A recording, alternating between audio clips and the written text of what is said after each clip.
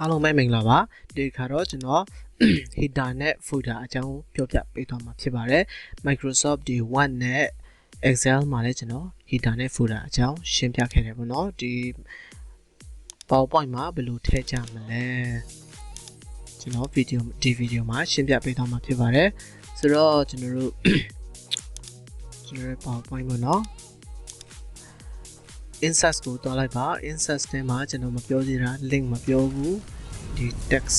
ထဲမှာဒီ text box ရှင်းပြတယ် what art လဲသိပြီပေါ့နော်ဒီ video lesson တွေမှာထည့်ပြီးတော့သုံးသွားတယ်ဆိုတော့ထပ်ပြီးတော့မပြောပြတော့ဘူး header and footer အကြောင်းပြောပြမယ် header and footer ထဲကိုနှိပ်လိုက်ပါအမှာ slide ဆိုတာရှိတယ် note and handout ဆိုတာရှိတယ် slide ထဲကိုအရင်သွားရအောင်ဆိုတော့ date and time ဆိုတာရှိပါတယ်ကျွန်တော် site မှာ include on slide တဲ့ကျွန်တော် slide ထဲမှာဘာတွေထည့်မလဲပေါ့နော်သူက preview လေးပေးထားပါတယ် date and time ကိုကျွန်တော်ထည့်မယ်ဆိုရင်ဘယ်မှာပုံမလဲဆိုတော့ကျွန်တော်ရဲ့ slide ဆိုရင်အပေါ်မှာပုံမယ်ပေါ့နော်အပေါ်မှာပေါ်မှာပါဆိုတော့ date and time ကိုနှစ်ခု option နှစ်ခုပေးထားပါတယ် update automatically ဆိုရင်ခုဒီနေ့ဒီရက်ဒီလပေါ့နော်ဒီနေရာလေးမှာတွားပြပေးနေပါတယ်ဘယ်နေရာမှာအသုံးပြုသင့်လဲဆိုတော့ဒါ automatically ဒီ online ကနေ seminar တွေလုပ်ဒီကိုယ့်ရဲ့ဒီ presentation လုပ်မှာမဲ့ဟာ online မှာဆိုရင်တော့အဆင်ပြေတယ်ဗျအဆင်ပြေတယ်automatically update automatically ကိုသုံးသင့်တယ်ပေါ့နော်ပြီးတော့ fix ကိုတော့ကျွန်တော်တို့ seminar အပြင် seminar တွေပေါ့နော်အပြင်မှာ presentation လုပ်မယ်ဆိုရင် note တွေ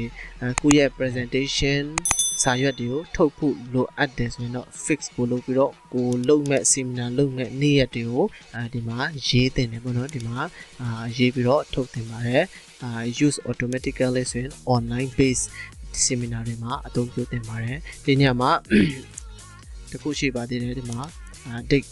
and time setting ပေါ့နော်ဒါဆိုရင်ဒီနေ့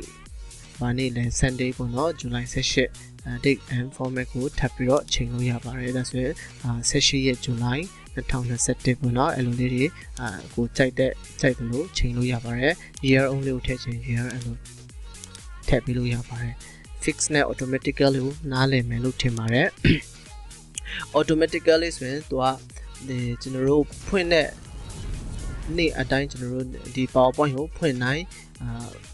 ပြောင်းသွားမှာပေါ့နော်ဒါဆိုရင် date လေးကိုဒီမှာ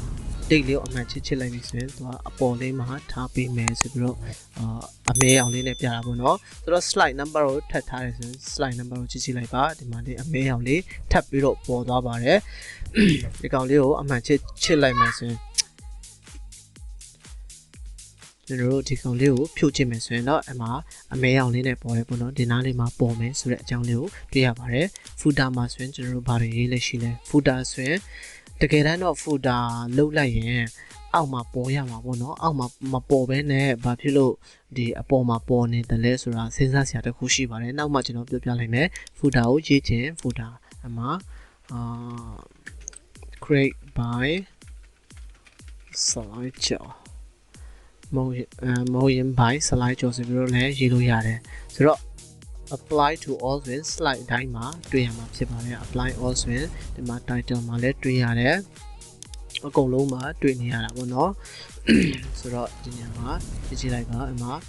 create by SalaiKyaw ဆိုတာတွေ့ရတယ်ဒီမှာ date ကိုတွေ့ရတယ်ဒီမှာစာမျက်နှာပေါ့နော်ဆိုတော့ဒီ title ကြီးမှာဒါကြီးရှိနေတာတော့တိတ်ပြီးတော့မလှဘူးเนาะအဲ့ဒါကိုပြန်ပြီးတော့ပြင်ချင်ရင် header and footer သွားလိုက်ပါအမှာ don't show on title slide ဆိုတဲ့နေရာကိုအမှန်ချစ်ပေးလိုက်ပါဆိုရင် apply ကိုနှိပ်လိုက်မယ်ဆိုရင်သူက row title မှာမြင်တွေ့ရမှာမဟုတ်ပါဘူး header and footer လေးကိုတွေ့ရမှာမဟုတ်ဘူးဒုတိယစာမျက်နှာမှာမှတွေ့ရတာပေါ့เนาะဆိုတော့ခုနကတော့ကျွန်တော်တို့ပြောခဲ့သလို footerဆိုနေမှာဘာဖြစ်လို့အပေါ်ကြီးမှာရှိနေတယ်လဲဆိုရင် design အပေါ်မှာမူတည်တယ်ကျွန်တော်သုံးထားတဲ့ design အပေါ်မှာမူတည်တာပေါ့နော်ခုအောက်မှာဆိုရင်ဒီ junction ပြင်လေးပုံစံလေးသူကလှုပ်ထားတဲ့အတွက်ကြောင့်သူကအောက်မှာထားဖို့အဆင်မပြေဘူးပေါ့နော်ကျွန်တော် design theme ကိုတစ်ခုခုပြောင်းကြည့်လိုက်မယ်ဒီကောင်လေးနဲ့